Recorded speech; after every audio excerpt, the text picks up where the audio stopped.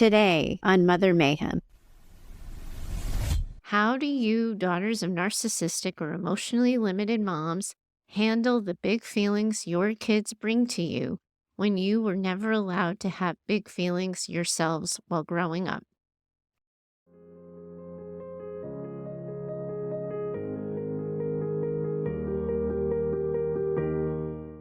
Welcome back to Mother Mayhem, the Narcissistic Abuse Recovery Podcast for daughters. I'm your host, Heather Gray, and today we're continuing our conversation about mothering after you have survived a childhood with a narcissistic or emotionally limited mother. This topic is so personal. For some of you, it's as personal as it gets, and for many of you, it is a topic that is touched by shame. I feel the weight of this in your questions and in your comments, and I know how important it is to you, and it's important to me that I get it right. This topic, though, ladies, I have to tell you, it is bigger than me. This isn't a one-time question where you all need sorting through on sort of one thing. This is a topic that you are all managing and have managed before you contemplate whether or not you even want to become mothers. Some of you are so scared of being like your moms, you've decided that mothering isn't for you. Some of you would like to be moms, but you want the generational curse to end with you.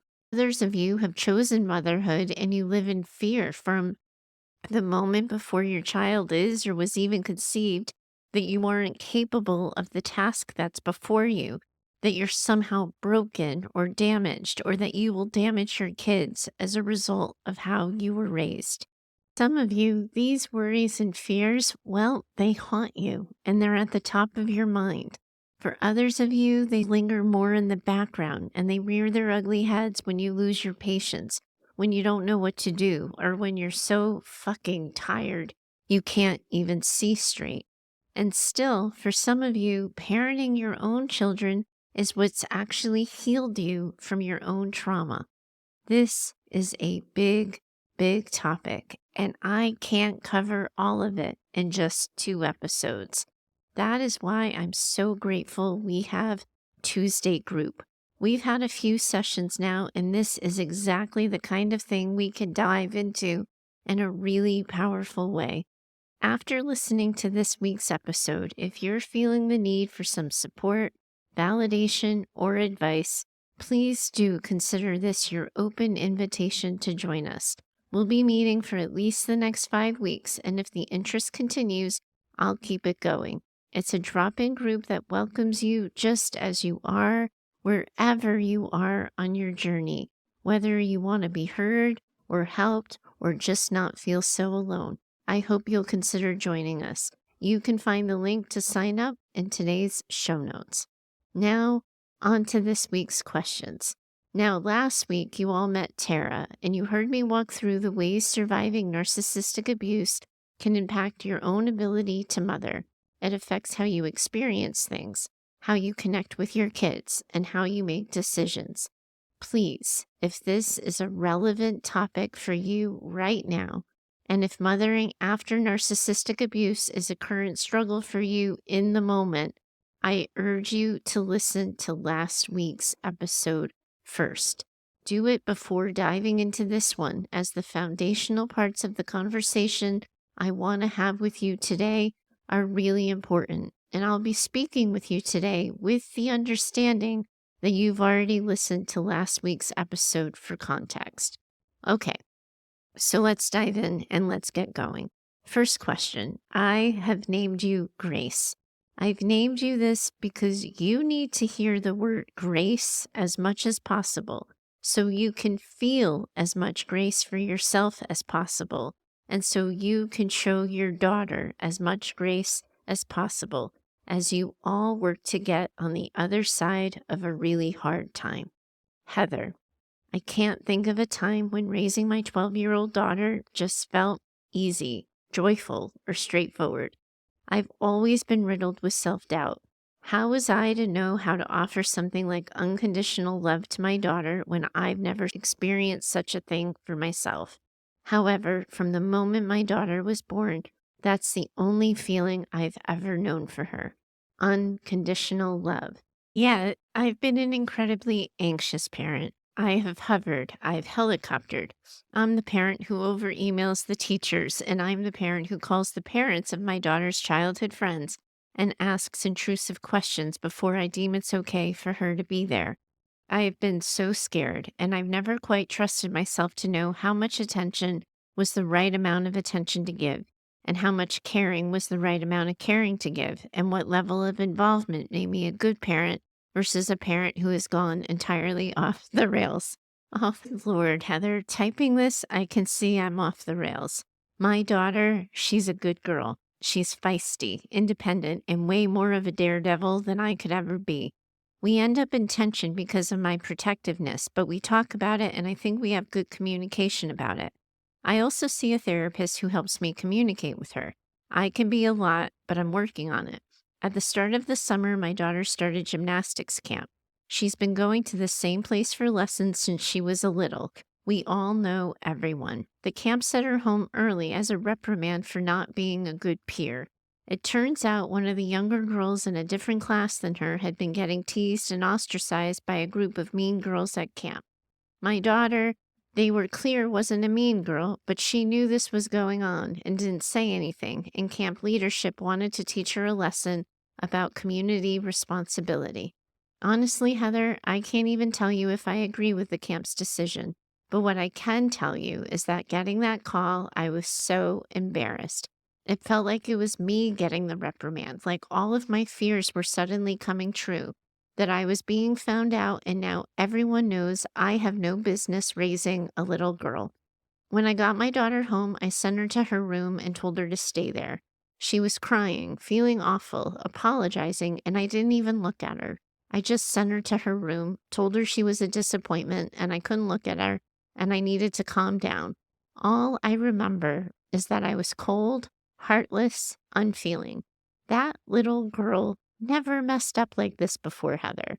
And the one time she does, just because she's afraid to speak up, I treated her that horribly.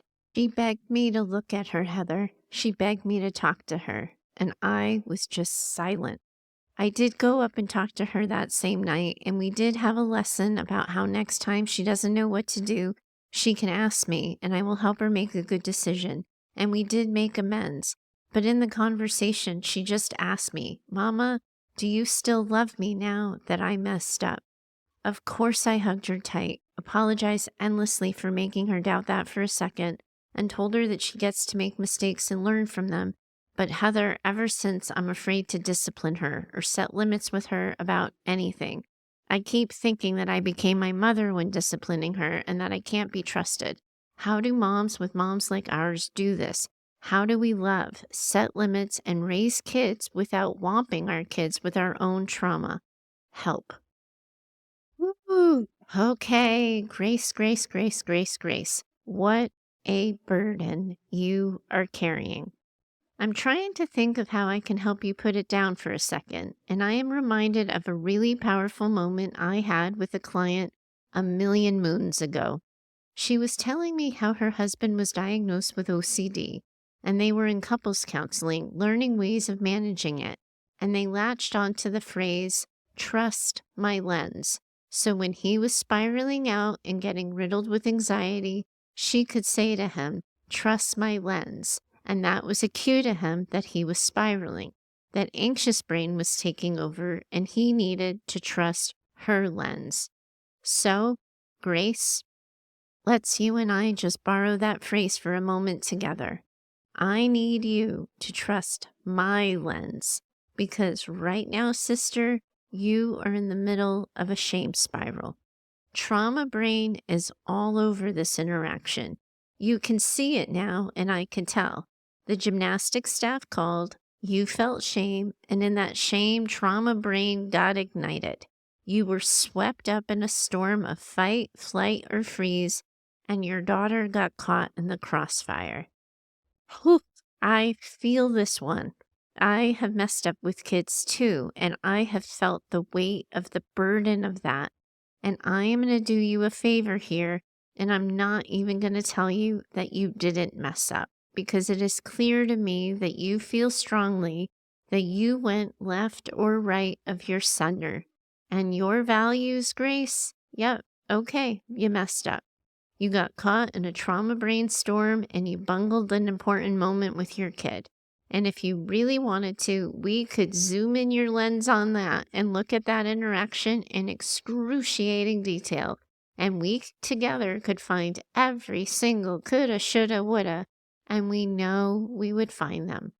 Or we could use my lens, the one I'm asking you to trust, and we could zoom it out just a bit so you could see what I see. You and your daughter have 12 years of history together. 12 years of you showing her who you are, your love, and your heart. You don't lose all of that for one bad parenting moment. But yes, trust was broken and you do need to repair it. Trauma brain is telling you now that you're irredeemable, that you messed it up, that you had this one shot to get it right, and that you blew it. You internalize that messaging as a result of your upbringing, but all that happened here is a single bad parenting moment. And you can go back and you can have a do-over. You can talk to your daughter. You can set it right. But before you just throw yourself and all of this all over your daughter, I need you to slow down and walk yourself through a thought exercise. This is an exercise that any of you listening in on this chat can do when trauma brain fires off a shot before wise mind can jump in and stop you. When XYZ happened, for you, Grace, it's when camp called. I thought this, and you fill in the blank. I felt this, and you fill in the blank. And I told myself that, and you fill in the blank. As a result, ABC. What did you do? I wish I hadn't. I can see now that that response was wrong because, and then you fill in the blank why that response was wrong. And I wish I had, and then you fill in the response of what you wish you had done instead. I'll try to remember to put that exercise in the show notes because it doesn't translate verbally as well as I would like. We want to get you into wise mind before you talk to your daughter, before you apologize further or return to the moment. Then, once you know how this all went down for you and how it all got turned sideways, you will be able to apologize to your daughter from a place of wise mind. And we need you in wise mind because part of your apology to your daughter is going to be inviting her to share how she experienced all of that, what she thought and what she felt. And that's going to be really hard to hear. Hearing her experience could send you back into trauma brain. But if you can sit with her, be present with her, and hear her experience and apologize for that, you will have created a profound moment for your daughter. You will show her that adults apologize and that mistakes are okay. We are so much more than our worst moments, Grace. We are so much more. And this moment is hard and it hurts you both so much. But I want to tell you something else I see here. This right here in this moment is generational curse breaking stuff. You are so wrapped up in the idea that you made your daughter feel unloved and that that's how your mom made you feel, that you're missing the most important aspect of your own story. You know you messed up, Grace. You know you lost your shit. You know you hurt your daughter and you feel awful. You are not your mother, Grace. You have empathy. You have remorse. You feel guilt. You are holding personal accountability with yourself, and you are working with your daughter to repair what you broke. Your mom was none of those things. She did none of those things. She didn't believe she was wrong. She didn't care you were hurt, and she never admitted that she did anything wrong. She never tried to fix anything she broke. You are not her. You are not moving through the world like her. You have not become her. You are you in all of your perfections and your imperfections. Curse is being broken, Grace. It is ending with you. That, my friend, is my lens. You are going to mess up again, and you are going to get so many things right again. That's life. That's what we are all trying to find our way through. But the abuse, it ended with you, Grace. It ended with you. And I am so very proud of you. I'm loaning you my lenses. Keep them as long as you need, and know that I'm wishing you well. I know that your question to me was about how do you set limits? How do you do this? I didn't hear anywhere in your letter that this is actually a struggle you have. It sounds like, for the most part, you and your daughter do pretty well together. You had one bad moment, and I didn't want to go down the rabbit hole of telling you how to set limits and enabling the story that you can't. This is something you've successfully done for 12 years now. You had a bad day. You and your daughter had a bad moment. I'm not going to indulge the question and then enable that sort of thinking for you. What I want you to do is trust my lens, that you've had this for 12 years, you had a bad day, and you can pick yourself up and keep on going. You've got this, and Mayhem's got you whenever you need us to. Okay, next letter. Letter writer, you have a Disney reference for your daughter in your letter, and I wanted to stick with the theme, but honestly, your letter had me laughing out loud, and all I could think of was Suki from Gilmore Girls, which is a rough name to be given, I'll admit. Suki is kind of hard. But I could practically hear Melissa McCarthy, who played her, reading your letter to me. And as I read it, so like it or not, you're Suki. Not to be confused, everyone, with Suki from True Blood. Same name, but we're channeling Gilmore Girls as Suki for this one. You'll see why in just a second. Here goes. Heather, for the love of all things holy, how do you do it? How do you sit and listen to us women and all of our feelings all damn day, every day? Honestly, when one of us is talking, does a part of you just tune out? And do you just start thinking that this is just another daughter with another sorry mother? How do you do it? How do you sit in all of the feelings all of the goddamn time? My 16-year-old, I'm going to call her Cindy for you after Cinderella. My daughter was so obsessed with Cinderella for the longest time, and it made me crazy. But now I long for those days when pretend magic slippers and more taffeta than any girl should have just could solve the problem. Honestly, my girl, well, she'd just sit down. Her taffeta would splash up on her face, and she was one big puff of all things girly. I didn't quite know what to do with her then, but I felt far more able to fake it than I do now. My daughter spent 24 hours not talking to me last week, and I haven't had 24 hours that were that long since I was in contact with my own mom. My daughter, she is a light to this world. She's bright, she's kind, she's energetic, and Heather, she's a talker. She could easily give you a run for your money, and I have heard you go on for a while. Oh, Suki, I often wonder how you two would do in a room together, and while I chuckle, I think you would like each other a whole heck of a lot. I think I would too, Suki. I decided to write to you when last week I thought to myself that my daughter deserved a mother who just wasn't me. What happened? Well, She came back from school, was talking about all things girl drama.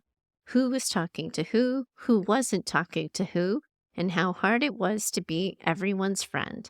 Then she went on to talk about how she had to decide between two friends' gatherings, and she didn't want to have to choose, but they were friends from different friend groups having hangouts at the same time.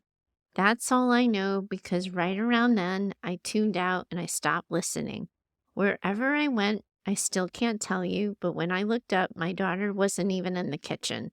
I went up to her room and asked her where she went and why she left, and all she said was, "Mom, I was talking to you. I was talking to you, and you just didn't give a shit.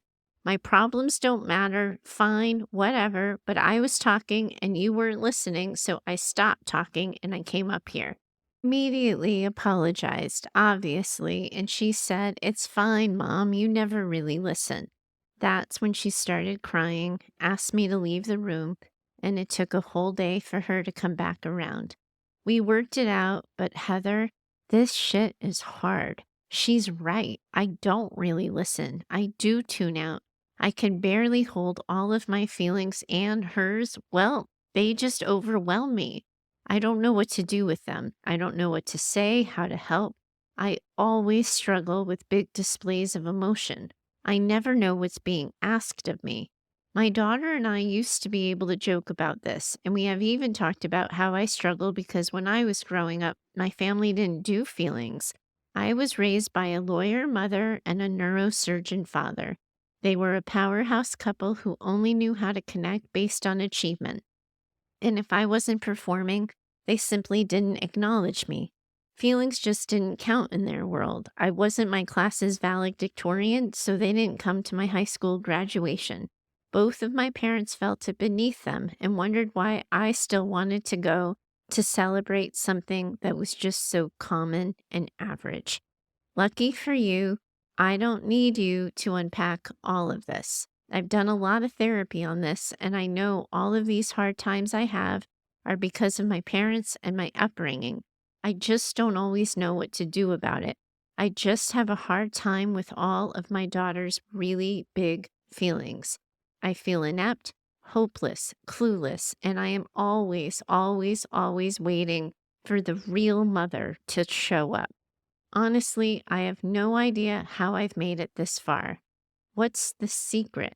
How can I listen to my girl without checking out? How do I hold her big feelings when I hardly know how to hold my own? How do I not keep failing and connecting with her because I know how lucky I am to have a daughter who wants to connect with me? Most of my friends are telling me that their daughters never talk to them and that they're just on their phones all the time. Hopefully, you don't name me Cruella. Okay, bye now. I'm done. Really, going now. Thank you. Oh my goodness, Suki. Oh my goodness. Okay, I need you to do something for me here for a second. Just sit with me. Just close your eyes and listen. Beep, beep, beep, beep, beep, beep, beep, beep, beep, beep. Hear that? That is the sound of a truck backing up. Beep, beep, beep, beep. Sister, we need you to back that truck all the way up because man, oh man, is it taking you down the wrong path. You are caught up in your own shame spiral here, and your trauma brain is telling you all kinds of stories, and they are all kinds of messed up. But also, honestly, I sit with moms all the time who have similar messed up stories. And when I rush to defend them, they tell me I'm just saying that because I'm a therapist, or I have to say that because it's my job. And they're right. It's my job to tell you when your thinking is off course, when trauma brain is running your show, and when you are getting it all wrong. Because, sister, you are getting it all wrong. So sit down and just have a listen with me for a second. First, I want to answer the question you asked. How do you, daughters of narcissistic or emotionally limited moms, handle the big feelings your kids bring to you when you were never allowed to have big feelings yourselves while growing up? And more so, for some of you, when you had big feelings as a kid, or any feelings as a kid, you became the subject of more abuse. Of course, you feel like you don't know what the fuck you're doing, Suki. Of course, you do. So, let me break it down for you. Here goes.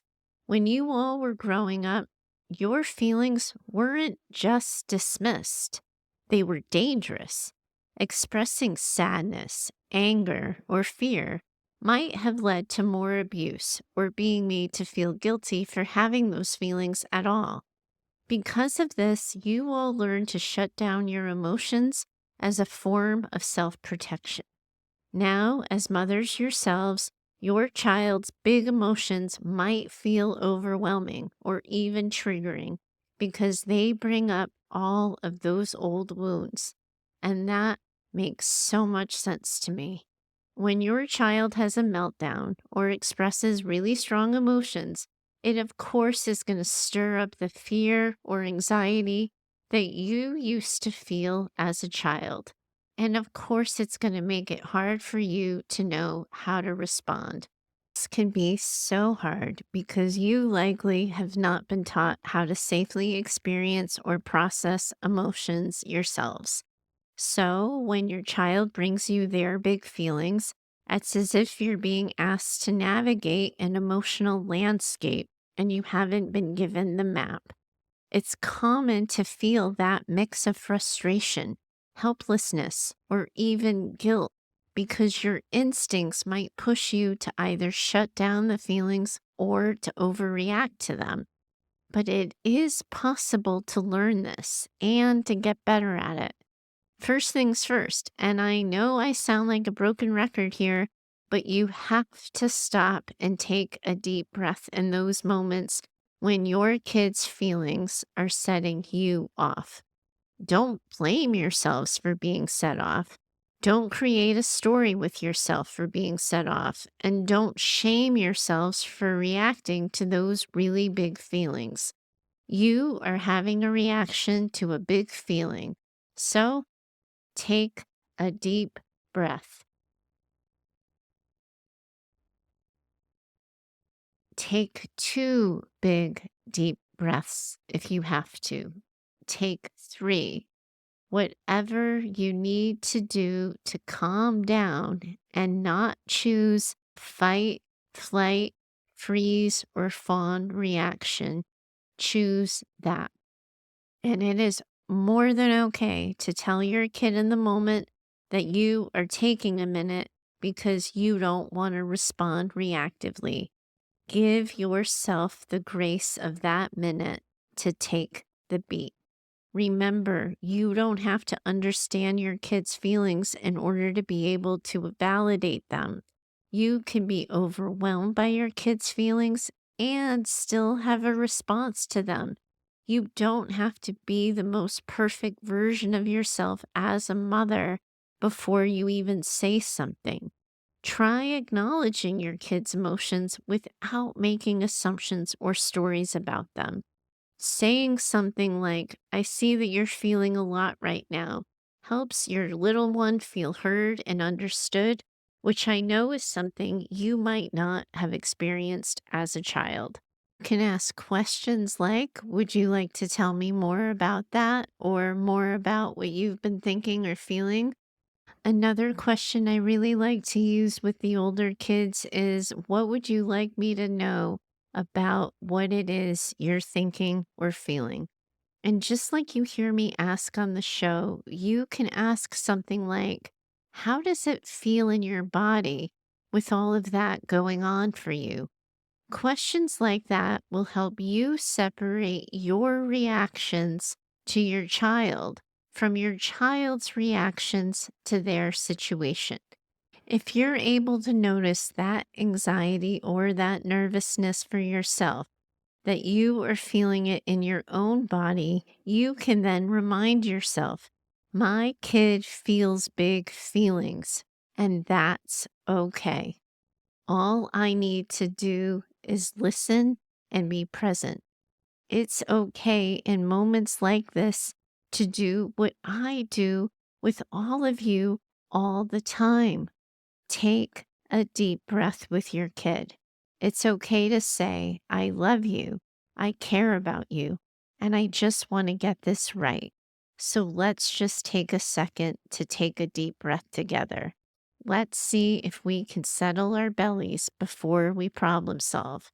And like I said, it's okay to be transparent and tell them, I need a minute to calm down before we talk. Like you heard me say last week to Tara, this is a reparenting moment. It's okay to comfort yourself while you are comforting your kid. Think about what you needed to hear when you were younger. Offer that same comfort to yourself. Remind yourself that it is okay to feel and that you're safe now. And then do the same thing for your child. The best thing you can do is reflect back for your child what you were hearing and then ask them if you have it right. You might have heard me say that in group, I ask women if they want to be heard or if they want to be helped. I stole that from my days when I was a parent coach. When I was working with parents, I would encourage them to ask their kids, do you want to be hugged, heard, or helped? When you don't know what to say to kids, that is a really good place to start. That way, you aren't jumping ahead into problem solving when they are all up in their feelings and they don't feel adrift in their feelings when they're hoping you'll just tell them what to do. And Suki, you can't check all of your other skills at the door. Don't pretend to know less than you do. If you know how to help a disgruntled friend, you know how to help your disgruntled kid. If you know how to help a grieving neighbor, you know how to listen to a sad teenager. There are not different rules for supporting different humans. It's just that you moms tend to put the pressure on these parenting moments and put them on a pedestal in your perspective that makes attaining them even harder. Now, Suki, now that we've gotten that out of the way, I have to say, even though that is the question you asked, I don't think that's all you needed to hear from me today, or the only reason you reached out. Give me now if I overstep, but I sense the trust you placed in me in this letter and how hard it was for you to write it. And I really want to help. But if I only answer that question, you will still feel like there's a missing piece you're still not getting. So settle in, sister, because I have some more to say. How many women have you met, do you think, in your entire lifetime? I really want you to think about that for a second. How many women, from casual acquaintances to women you've worked with, to friends, to family? Just take a moment to think for a second. And when you think of these women, how alike are they? Are all of them effusive with their joy? How many of them have sarcasm as a love language? How many swear? How many don't swear? How many are talkers like me or listeners? How many share their feelings? How many bottle them up? How many are leaders, followers? Who shares their ideas? Who keeps their ideas to themselves? How many are outgoing? How many are introverts? How many are emotionally intelligent? How many couldn't name a goddamn feeling if they had a map with all the directions lined out? How many have seen some shit in their lives? And how many have been pretty much living on Easy Street? How many of them are creative? How many of them are the numbers girls among us? Who likes being outside? Who lives to be on their couch? Who loves activities? Who would rather die than break a sweat? There are so many women you know, Suki, and they are all walking through life in their own individual ways.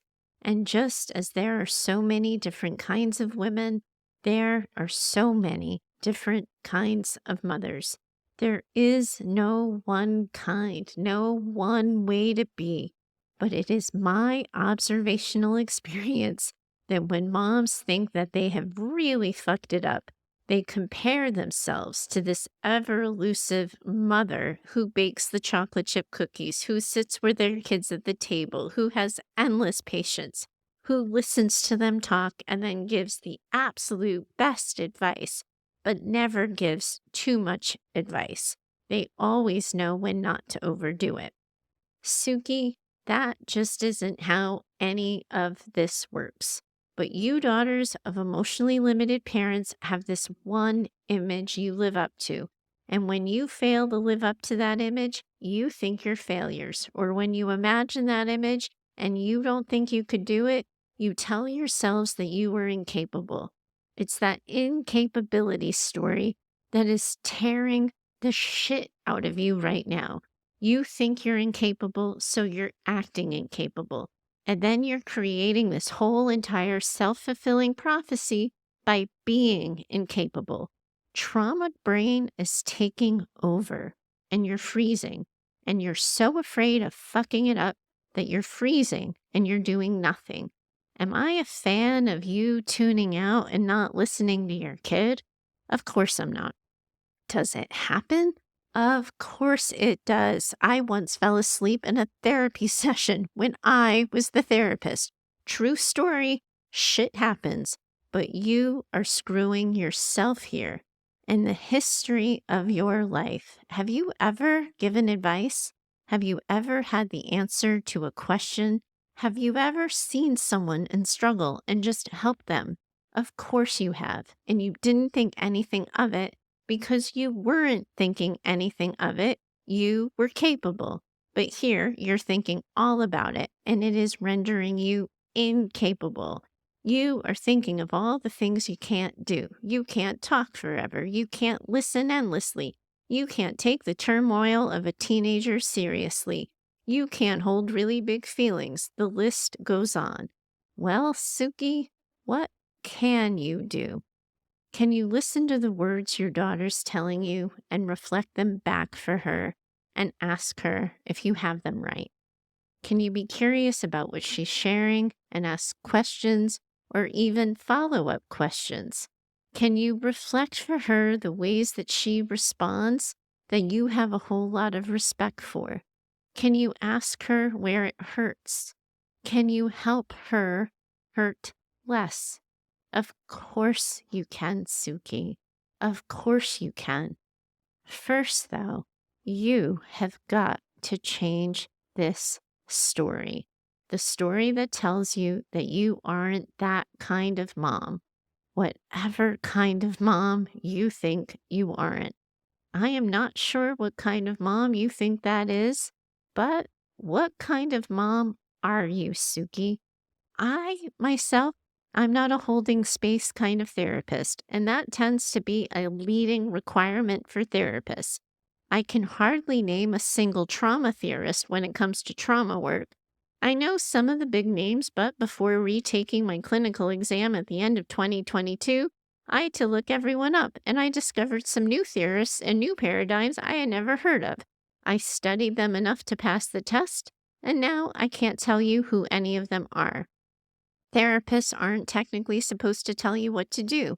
And yet I have built this whole entire podcast telling you all what I think you should do every single week. And I'm telling you what to do right now because I happen to think that the idea that therapists are supposed to merely be these mirrors for their clients is total bullshit. Why do I sit in front of hundreds of people for hundreds of hours of my life not to use what I know to direct people to places where they can suffer less for shorter amounts of time? This idea that I'm supposed to endlessly mirror back until the client gets there on their own?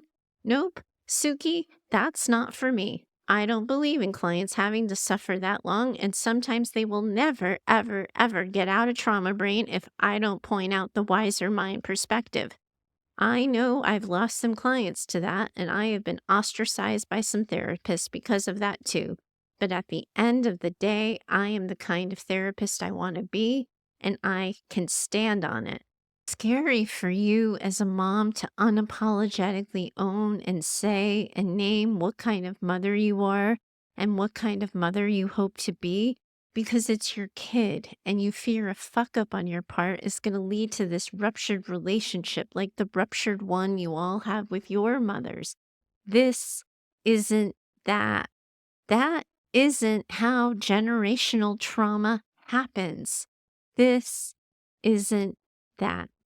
Suki, if your kid is going to end up in some therapist's office someday, whining about her mother at some point because of you, shouldn't it be because you showed up to the party? You took your shot. You played your hand instead of holding back and imagining that this is something you just can't do? Also, too, she's 16, sister. She's 16. She's made it this far, so you can't have been totally inept in managing her feelings. You have a daughter who is able to tell you that she doesn't feel heard by you all the time.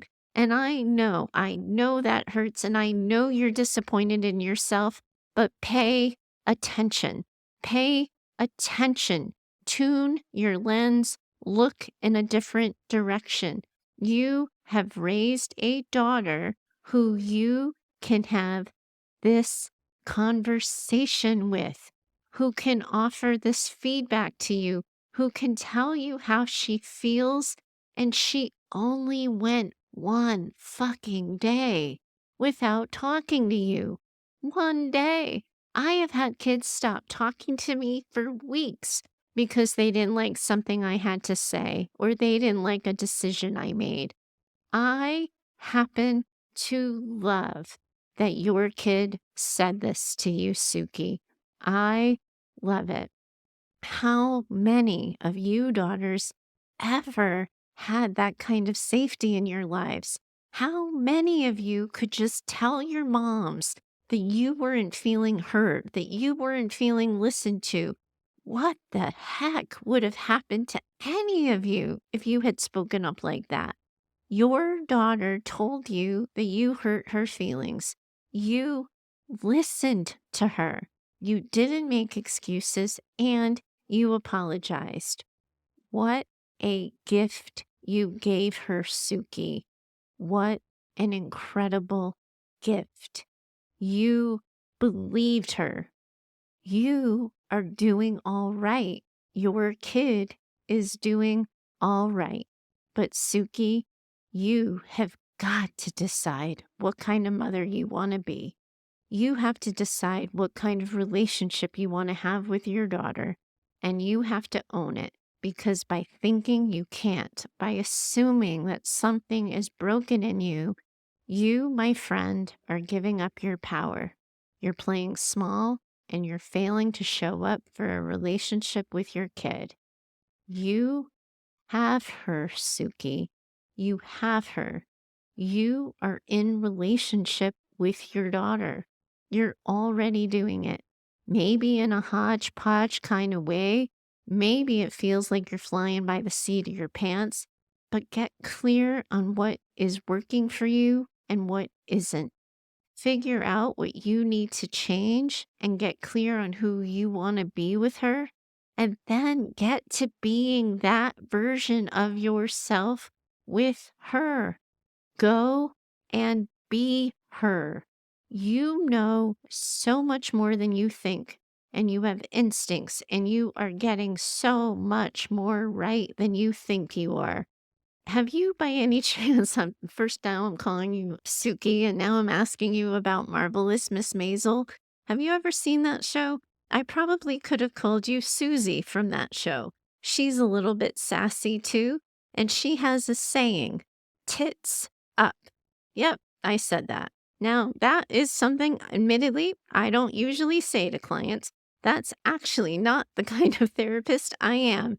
But also, Suki, tits up. You've got this. You, my friend, are in a community of women around the world who are in this with you, flying by the seat of their pants too, doing the very best they can with the tools they have at the time. They, for sure, are in it with you. And if you or anyone listening would like some company on the path, would like to talk to other mothers and be a little less alone in all of this for just a little while, join us for Tuesday group. There's a link in the show notes, and I will work on that whole holding space thing because, after all, I'm in it with you too. Bye for now. I do hope you enjoyed today's conversation. If you have a question you'd like me to consider for the show, please do email me over at heather@daughtersnpd.com. You are always welcome to share your story or questions by recording yourself using the voice app on your phone. For best recording quality, please do record directly into your phone without using headphones or Bluetooth speakers. We're building an incredible community as well over on Instagram, and I'd love to see you over there too. You can find us at Daughters NPD. Lastly, if you love what you've been hearing here on Mayhem and have found the show helpful in your own trauma recovery, please do consider becoming a Mother Mayhem sponsor by purchasing simple scripts for saying hard things. It's a resource I created that provides the right words for the hard conversations, and it covers life, love, and work. You'll find a link for that in the show notes. If you know another woman who needs this conversation in her life, please do share the show with her. Your reviews and social shares help spread the word, and I hope you'll consider doing so. Special thanks to Heather Clark for editing the show. She's in my head and knows what I meant to say when the words come out backwards. Thanks so much for your time today. As always, I'm in it with you. Bye for now.